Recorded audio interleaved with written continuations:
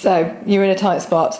You need to design a room, but you don't have much space. Well, I've got just the thing for you coming right up. In this video, I'm going to show you how to make the most of your small space and turn it into a room that's both fabulous and functional.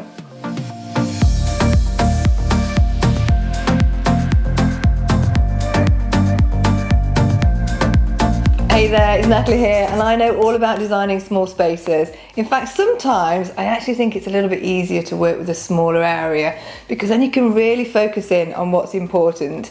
In this video, I'm going to show you some tips and tricks that will help you make the most out of your small spaces and fake that all-important square footage to create a home that appears airy and spacious. If that's the design brief, obviously. If it's not, then I have something coming up for you too. But before we jump into the tips and tricks to maximise those meters, we're going to be taking a look at some small space science, from the floors right through to the ceilings. So let's start with some small room anatomy, starting with the foundation.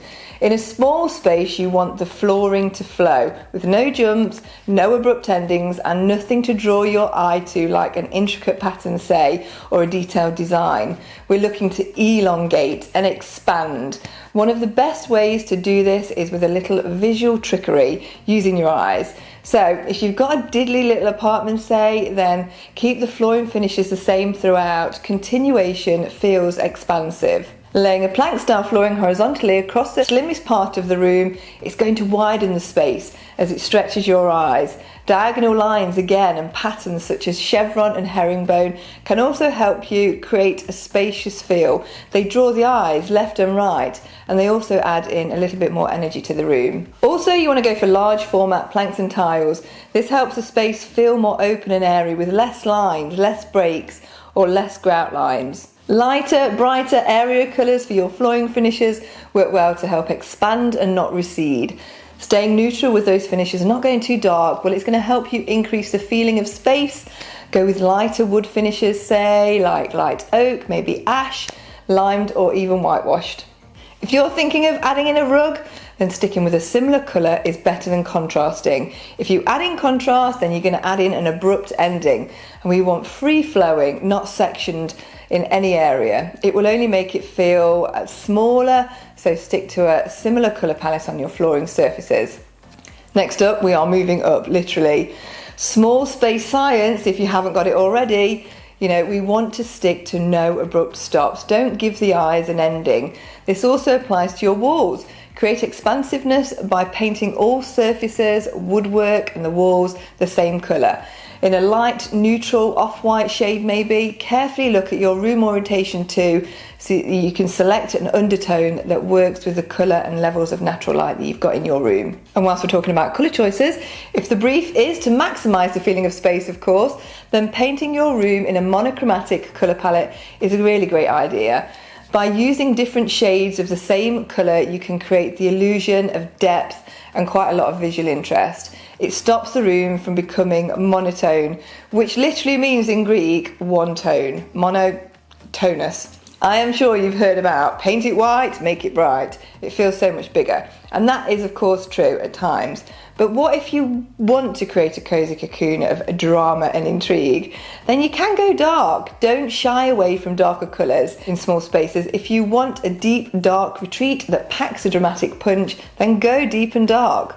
Depending on your light levels and room orientation, you might not need to go quite as dark as a perfect paint swatch in B&Q. So be sure to test out your paints in the room at various times of the day, morning through till night. Or if you love the feel of dark colours but want to avoid that den-like look, then pairing with a contrasting light colour might be your colour marriage magic. You can also take a look at paint sheen when using dark colours.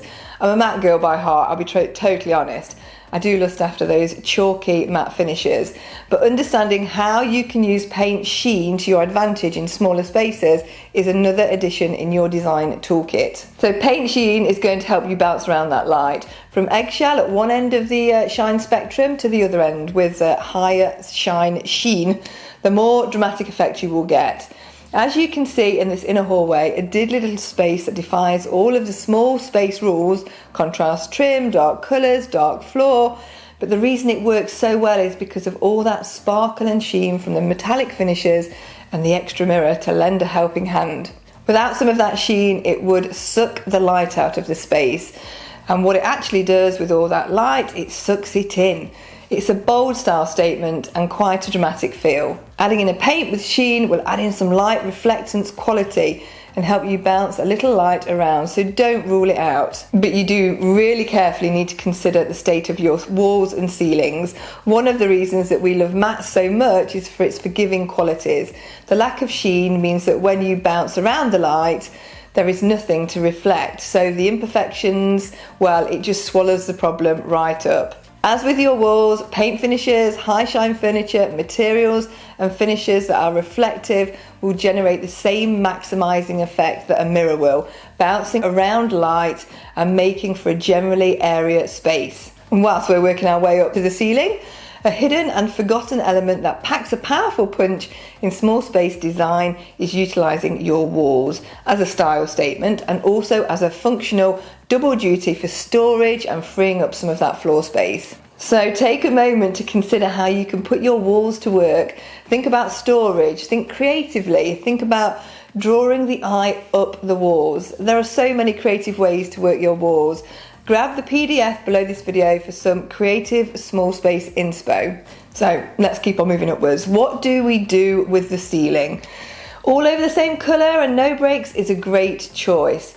Remember, we're extending the visual plane to create a sense of volume.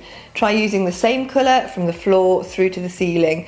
You can instantly create an illusion of height that's not there. It blurs the edges from wall to ceiling. Another option, if your room is a little vertically challenged like me, decorating the fifth wall can be a great way to draw the eyes up in the room with a room with low ceilings. Carefully consider your pattern choice though. Perhaps it's a good place for that little eggshell sheen maybe. Adding some uplighting to your walls is a clever way to not only add some brightness to your space, but also trick the eyes into moving upwards.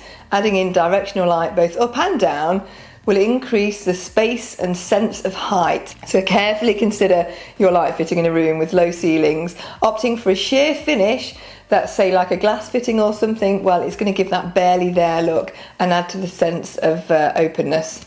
Another top trick is to hang those curtains higher and wider to increase the feeling of height.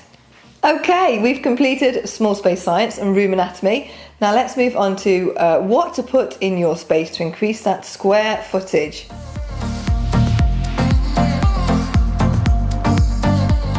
So the very first thing on your small space shopping list, a mirror, period. Bounce around the light like a master. The second best trick in your design toolkit is to think about proportion and scale.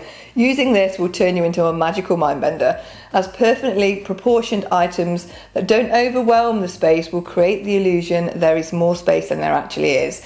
So you don't want to go too large though, you'll make the room feel like a shoebox. So when choosing furniture, consider a scaled down version. Rather than a recliner say, try a comfy reading chair. Swap a sofa for a love seat and shop specifically for small items. I've furnished a few tiny apartments and there are tons of suppliers out there. If you want some names, then just tag me or one of the other designers in a post inside the Home Envy Hub group and we'll help you out. Choose furniture that is raised up off the floor, sofas and chairs with visible legs, coffee tables and consoles with an open metal frame.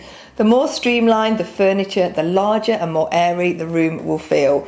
Large furniture with bulky legs or a heavy frame, well, it makes the room look crowded and overwhelmed. Bookcases displaying books or decorative accessories look much lighter if they are freestanding. If possible, create built-ins or hang open shelves to display a few possessions, the less the better, obviously. The flatter or slimmer a piece of furniture is and the fewer accessories that it's got on it, the more space you're able to free up, visual weight as it were. As with your light fitting choices, you want your furniture to appear as though it's barely there. You'll love the look of acrylic. Also known as ghost furniture, see-through acrylic furniture is a great in a living room or a dining room, say, that already has a lot going on. As you can see in this image, glass objects such as tabletops also have a similar disappearing effect. This table with its minimal frame appears barely there. One of the easiest ways to enlarge a room is to choose furniture with more than one purpose. In fact, set yourself a challenge of only including items that work double duty. An antique trunk, say, can be used as a table and storage, and an ottoman can double as a coffee table, you know, if it's holding a tray, or a footrest as additional seating. A sofa can be a daybed, a shelf can be a coffee table behind a sofa, a stool can be storage. The list is endless. Rather than making this video super long, below this video you will find 101 creative ideas for different areas in your home to max out your small space, as well as a checklist to save so you don't need to remember all of the small space science. Okay, so now you know what to do with your room anatomy and what to bring in your small space. Where do you head for small space inspo? The secret weapon, boutique hotels. Those places are space planned to within an inch of their life. Where else do you find stylish living, reading, sleeping, showering, bathing, putting on makeup, TV watching, relaxing, cooking? Okay, maybe making a cup of tea and a pot noodle is a bit of a stretch, but you get what I mean. And also stylishly beautiful too. So below this video you can grab your PDF with some gorgeous hotels to inspire you. Check out a huge dose of design inspiration. So that is a wrap on small space design. See you next week for more interior design inspiration. Thank you so much for being here. Here's to designing a beautiful home that you love with total ease. We've got you.